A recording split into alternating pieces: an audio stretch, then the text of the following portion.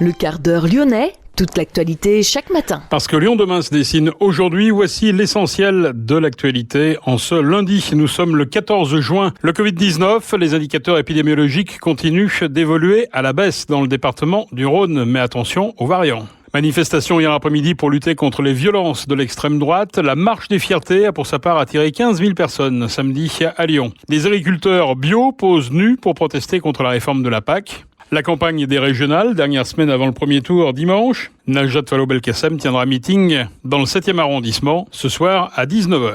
Le pont Bonaparte qui franchit la Saône au niveau de Bellecour est sous haute surveillance depuis 2013. De grosses réparations sont envisagées à l'été 2022. L'association Anciella et la Ligue de protection des oiseaux lancent un défi sans refuge de biodiversité avant l'été. Un défi lancé aux Lyonnais, comme nous l'expliquera tout à l'heure Justine Swardibori de l'association Anciella. Signature d'une convention entre le musée Lugdunum et le musée du Louvre à Paris. Et puis nous parlons sport avec le basket, l'Asvel et Roanne. Lyon demain, le quart d'heure lyonnais, toute l'actualité chaque matin.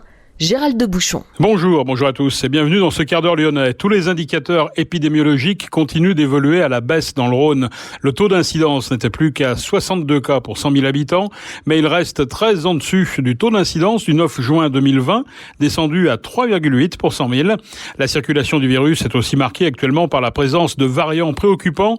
Au 6 juin, le variant britannique représentait d'ailleurs 74% des contaminations. Les variants sud-africains et brésiliens, 2,2%, et les autres variants à 20%. Le taux de positivité est descendu à 2%.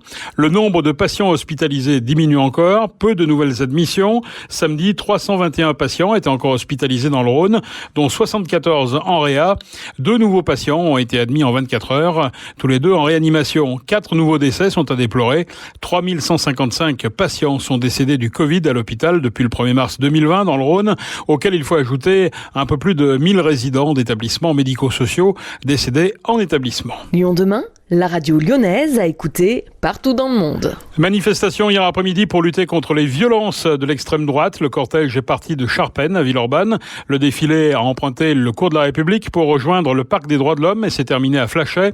Parmi les organisations ayant appelé à manifester, les communistes, les Verts, l'UNEF, le Solidaire, Ensemble, Génération, les Gilets jaunes, la France Insoumise ou encore la Ligue des droits de l'homme. D'après les organisateurs, ils étaient 2000 participants. Selon la police, le cortège comptait 750 personnes au départ. La marche des fiertés, elle, a attiré samedi 15 000 personnes à Lyon, essentiellement des jeunes. Les membres de la communauté LGBT ont fait entendre leur voix pour dénoncer les violences et discriminations homophobes et transphobes. Des agriculteurs bio posent nus pour protester contre la réforme de la PAC. Ça s'est passé samedi à Sainte-Foy-l'Argentière. Selon eux, cette politique va diminuer les aides de l'État pour l'agriculture bio de 66%. Les aides vont aller à l'agriculture conventionnelle et à ceux qui sont en conversion, selon eux, et pas à celles et ceux qui ont déjà franchi le pas, puisque le gouvernement nous met à poil, nous on se met à nu, ont-ils déclaré, joignant le geste à la parole. La campagne des régionales, dernière semaine avant le premier tour. Najat Vallaud-Belkacem, la candidate de l'alternative PS et Alliés, a détaillé vendredi son plan pour l'enseignement supérieur, la jeunesse et la recherche, des thématiques étonnamment absentes des débats jusqu'à présent, dit-elle. En tout cas, Najat Vallaud-Belkacem souhaite ainsi faciliter l'accès aux études supérieures pour le plus grand nombre. Notez que la candidate socialiste sera en meeting ce soir sur l'espace territoire situé entre les voies SNCF à Jean Massé. Meeting à 19h. Lyon demain, un site internet, du son, de l'image, un média complet pour les Lyonnais qui font avancer la ville. La Fondation Abbé Pierre s'exprime sur le drame survenu il y a une semaine dans un squat de la métropole de Lyon. Un garçon de 11 ans est mort en effet après avoir ingurgité des stupéfiants, vraisemblablement de l'héroïne, dans un squat près du Transborder. Ses parents ont été placés en détention provisoire.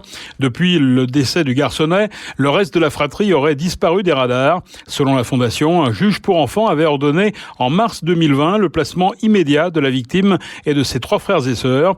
On ne peut pas avoir des demi-dispositifs de protection des enfants, s'indigne la directrice régionale de la Fondation Abbé Pierre, sans pour autant désigner un acteur en particulier. Le Grand Lyon souligne que les travailleurs sociaux de la métropole sont très mobilisés sur ce squat.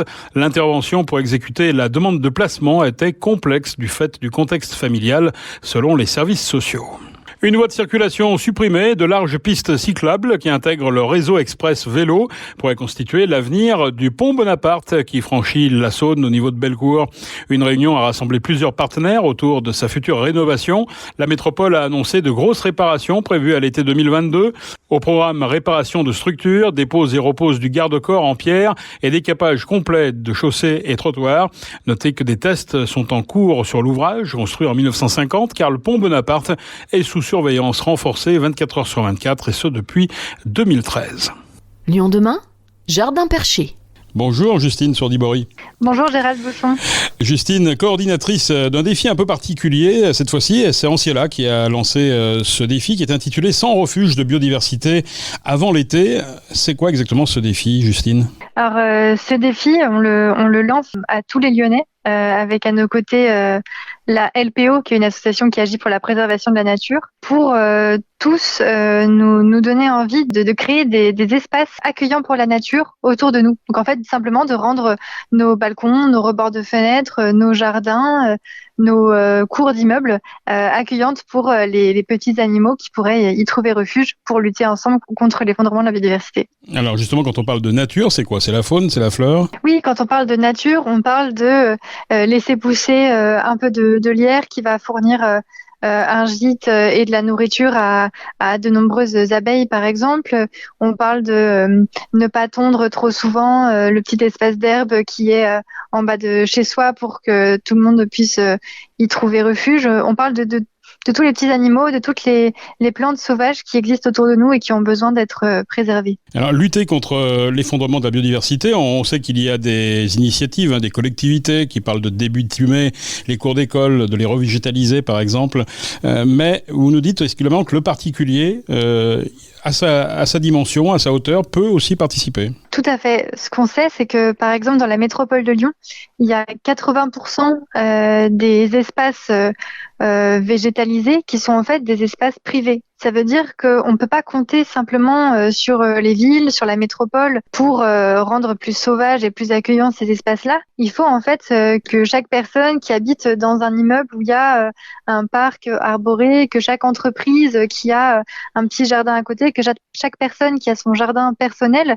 puisse agir sur ce lieu-là pour qu'il y ait assez d'espace pour que les abeilles, les papillons puissent se nourrir, pour que les oiseaux puissent nicher ou pour que les petits amphibiens puissent se cacher. Alors agir, ça veut dire quoi ? Parce que quand on a identifié un lieu, un parking, une cour, un balcon, qu'est-ce qu'il faut faire ? Je veux dire, la nature, elle vient pas comme ça complètement par hasard. Les petits oiseaux viennent pas en claquant des doigts. Donc comment on procède concrètement ? Ce qu'il faut faire, c'est encourager cette nature. Donc si c'est un espace qui est très minéral, si c'est juste un balcon avec rien ou si c'est juste une cour d'immeuble bétonnée, eh bien il va falloir amener de la végétation, soit en enlevant du béton, du bitume pour pouvoir faire des plantations ou même laisser les graines se semer elles-mêmes. Sur un balcon, en mettant en place de grosses jardinières, par exemple, on va pouvoir semer des fleurs sauvages. Donc la première étape, voilà, c'est de s'assurer qu'il y ait des espèces de plantes locales qui poussent, donc soit qui poussent toutes seules spontanément, soit qu'on les y plante.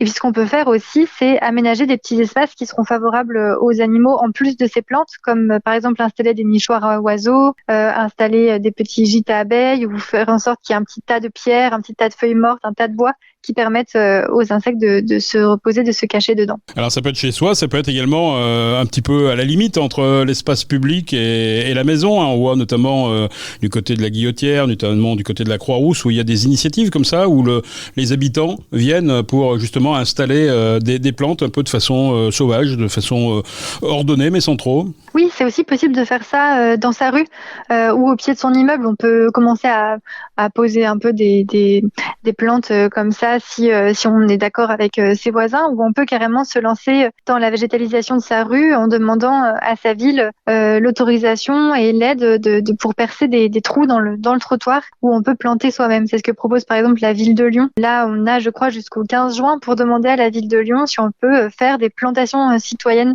dans sa rue. Donc ça peut aussi passer par des plantes qu'on qu'on met en place avec les voisins en dehors de chez soi. Et Chanciela, vous incitez non seulement à agir, mais aussi à en parler. C'est-à-dire qu'on ne fait pas juste quelque chose dans son coin pour participer, mais on essaye d'entraîner dans le mouvement les voisins, les parents. C'est ça. Par exemple, si j'habite en ville et que j'ai un gros rebord-fenêtre ou un petit balcon, je vais commencer à faire des choses sur mon petit espace. Peut-être qu'à un moment donné, j'aurais fait ce qui me semblait intéressant. Et ce que je peux faire aussi, qui est très important, c'est regarder dans mon entourage. Peut-être que j'ai une tante qui a un petit jardin dans la banlieue lyonnaise. Peut-être que j'ai une entreprise où il y a un espace extérieur. Peut-être que j'ai des personnes ou des lieux en tête comme ça à qui je pourrais parler. Et là, ce qu'on incite les personnes à faire, c'est de les appeler ou de leur écrire pour leur dire combien c'est important d'accueillir la nature dans ces espaces-là. Et on propose par exemple un petit mail type, un petit argumentaire que chacun peut reprendre comme il le veut pour parler de ça autour de soi, parce qu'il y a besoin de vraiment beaucoup de lieux qui sont accueillants. Et Justine, pour conclure, il y a un événement important qui se passe ce mardi. C'est un atelier qui s'intitule « Créer vos refuges de biodiversité ». C'est à la Maison de l'Environnement. Qu'est-ce qu'on va y découvrir ? Alors ce mardi, on va retrouver toutes nos associations partenaires sur ce défi, donc la LPO, Arthropologia, des espèces par million ou encore la Brique. Et on va pouvoir fabriquer ensemble des gîtes à chauves-souris et des nichoirs à oiseaux. On va pouvoir acheter des plantes locales et sauvages avec des espèces par million. On va se balader autour de la Maison de l'Environnement avec Arthropologia pour apprendre à observer les insectes pollinisateurs et comprendre comment faire un diagnostic d'un jardin pour voir ce qui pourrait être amélioré pour la nature dedans. Et on va aussi avoir tous nos conseils, la LPO qui sera présente pour expliquer tout ce qu'on peut faire dans son jardin. Merci Justine pour se renseigner. On va sur le site d'Anciela, je suppose qu'on a tous les renseignements et la possibilité de s'inscrire. Oui, on passe sur agiralion.fr où on pourra retrouver un article qui évoque ce défi et toutes les informations. Les inscriptions se font sur Helloasso. Merci beaucoup Justine. Merci, à bientôt. 168 poules distribuées au Givordin samedi à la Maison du Fleuve Rhône. La mairie de Givors a distribué en effet 168 poules pondeuses à ses administrés dans le but de réduire les déchets ménagers de la commune. Les nouveaux heureux propriétaires se sont vus proposer une formation pour accueillir au mieux le couple de poules dans leur jardin. La mairie de Caluire avait elle aussi distribué des poules à des propriétaires de maisons individuelles il y a 2 ans.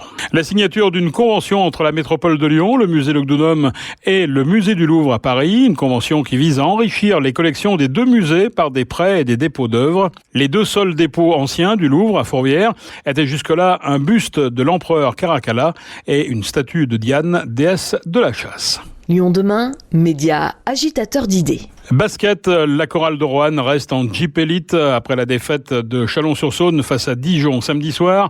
La chorale ne peut plus être rattrapée à une journée de la fin de la saison, et ce malgré sa défaite contre Boulogne-le-Valois. Notez que le dernier match de Roanne face à l'Asvel mardi, donc demain, sera un match de gala sans enjeu pour la chorale. Enjeu en revanche pour l'Asvel. L'Asvel se déplaçait vendredi soir à Gravelines, 6 jours après s'être rendue à Levallois où elle avait lourdement chuté, 48 heures également après s'être déplacée à Nantes où là elle avait parfaitement corrigé le tir. Les Villeurbanais, en tout cas ce week-end, n'ont jamais été inquiétés dans le Nord. Ils ont parfaitement géré la rencontre qu'ils ont remportée 61-94. Résultat au classement, l'Asvel est à égalité avec Dijon, mais les Bourguignons ont une meilleure différence de panier. C'est la fin de ce quart d'heure lyonnais. Merci de l'avoir suivi. On se retrouve demain, même heure, même antenne. En attendant, restez prudents.